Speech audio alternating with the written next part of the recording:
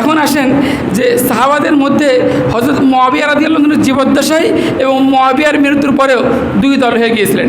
কিছু লোক হযরত আবু মুসা আশআরী রাদিয়াল্লাহু আনহু সহ অনেক সাহাবী তারা মনে করতেন যে মুআবিয়ার মৃত্যুর পরে ইয়াজিদ হচ্ছে তার পিতার একজন যোগ্য উত্তরসূরি। এজন্য হযরত ইবনে আব্বাস রাদিয়াল্লাহু আনহুকে যখন এই সংবাদ দেওয়া হয় যে খলিফা মুআবিয়া মারা গেছে, তখন তিনি দোয়া করেছিলেন যে আল্লাহ তাআলা মুআবিয়ার প্রতি রহমত দান করুন এবং তার ছেলে ইয়াজিদ সে তার যোগ্য উত্তরসূরি এবং তোমরা তার আনুগত্য করো। হযরত আব্দুল্লাহ ইবনে আব্বাসের মতন একজন প্রাজ্ঞ এবং বিজ্ঞ সাহাবী তিনি এ কথা বলেছিলেন। এবং আপনার অন্য দু একজন সাহাবী তারাও ইয়াজিদের পক্ষে মতামত পেশ করেছিলেন। তথাপি আকাবির সাহাবী যারা আল্লাহ রাসূলের প্রিয় পাত্র ছিলেন হযরত আব্দুল্লাহ ইবনে ওমর, আব্দুল্লাহ বিন জুবায়ের এবং হযরত মুহাম্মদ ইবনে আবু বকর, হুসাইন রাদিয়াল্লাহু তাআলা এরা সকলেই ইয়াজিদের মনোনয়নের বিরোধী ছিলেন। এমনকি হযরত আব্দুল্লাহ বিন জুবায়ের মুআবিয়াকে বলেন, যদি আপনি কাউকে মনোনয়ন দিতে চান তাহলে এমন ব্যক্তিকে যে দেন যে আপনার বংশের নয়, কারণ কি আপনার মৃত্যুর পরে এটা সমালোচনা হতে পারে। একথা আব্দুল্লাহ বিন জুবায়ের ওনাকে বলেছিলেন এবং ওনারা একবার প্রাণ ভরেই বিশ্বাস করতেন যে ইয়াজিদ সে খেলাফতের উপযুক্ত না, উপযুক্ত যেহেতু না এজন্য অন্য সাহাবী আব্দুল্লাহ ইবনে ওমর, আব্দুল্লাহ বিন জুবায়ের, হুসাইন রাদিয়াল্লাহু তাআলা আনহু সহ আকাবের বড় বড় সাহাবী তারা ইয়াজিদের মনোনয়নের বিরোধিতা করেছিলেন।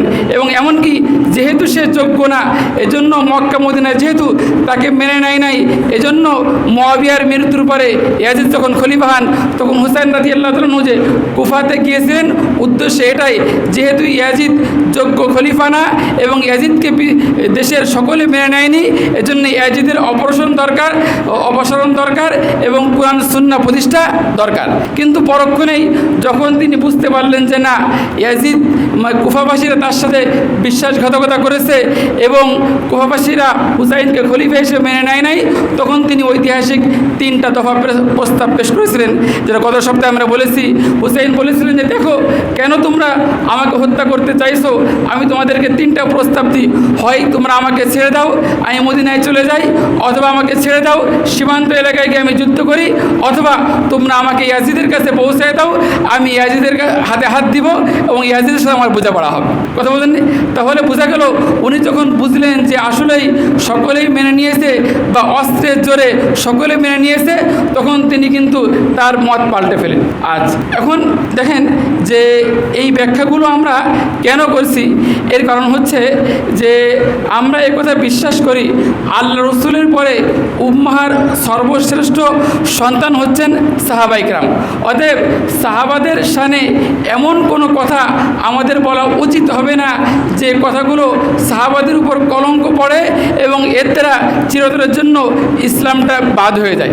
কারণ কি যেহেতু আমরা ইসলামকে পেয়েছি সাহাবাদের মাধ্যমে, অতএব যদি আমরা সাহাবাদেরকে বিষোদ্গার করতে পারি, সাহাবাদের বিরুদ্ধে কথা বলতে পারি, সাহাবাদের আদালত নিয়ে প্রশ্ন উত্থাপন করি, সাহাবাদেরকে গালমন্দ করি, তাহলে যে ইসলাম পেয়েছি সাহাবাদের মাধ্যমে, তাহলে একজন ফাসেক ব্যক্তি, একজন নিকৃষ্ট ব্যক্তি, একজন পাপী ব্যক্তি তাদের মাধ্যমে যদি আমরা ইসলাম পেয়ে থাকি তো ওই ইসলামকে আমাদের সালাম, ওই ইসলামকে আমরা মানি না। দেখেন এজন্য সাহাবাদের জাহেরান কোনো দোষ ত্রুটি যদি আমাদের সামনে ভেসে ওঠে, অবশ্যই সাহাবাদের সামনে এমন একটা ব্যাখ্যা করতে হবে যে ব্যাখ্যার কারণে আপনার সাহাবাদের প্রতি কোনো দোষারোপ না হয়। এর কারণ কি?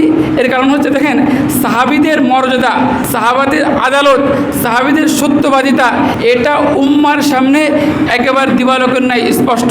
কিন্তু সাহাবীদের যে সমস্ত দুর্নাম আছে এই সমস্ত দুর্নাম হচ্ছে ঐতিহাসিক বর্ণনা দ্বারা, ইতিহাস দ্বারা আপনার কি সাব্যস্ত।